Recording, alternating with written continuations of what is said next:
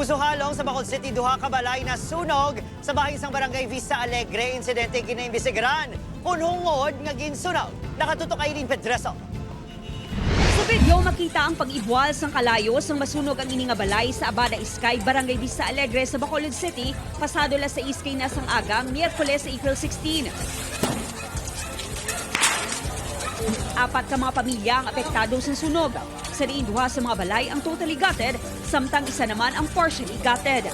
Sunod sa isa sa mga nasunugan nga si Baby, nakabugtaw ini sang makapanimaho sang aso gikan sa nagakasunog na nga kusina. Nanggahigda pa kuya, ma'am, galing kay nagpuog na ang aso sa sulod sang balay. Pag amo to kinulbaan ako, ginelbyos na ko. Sa investigasyon sa BFP Bacolod, naghalin ang kalayo sa balay ni Rosalie Cederio.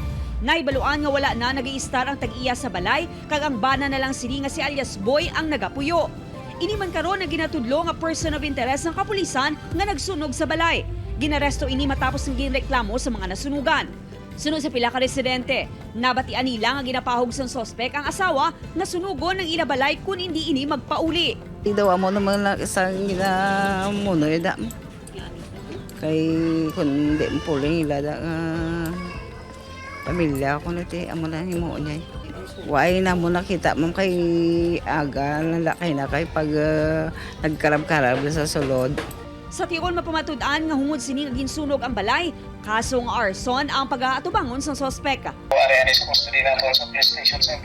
When ang fire incident, ang ginaimbestigaran pa sa Bureau of siya ang yatod ng person of interest. Naglabot sa masobra 1 milyon ka pesos ang halit nga ginbilin sang sunog.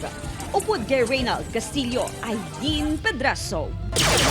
1 Western Visayas.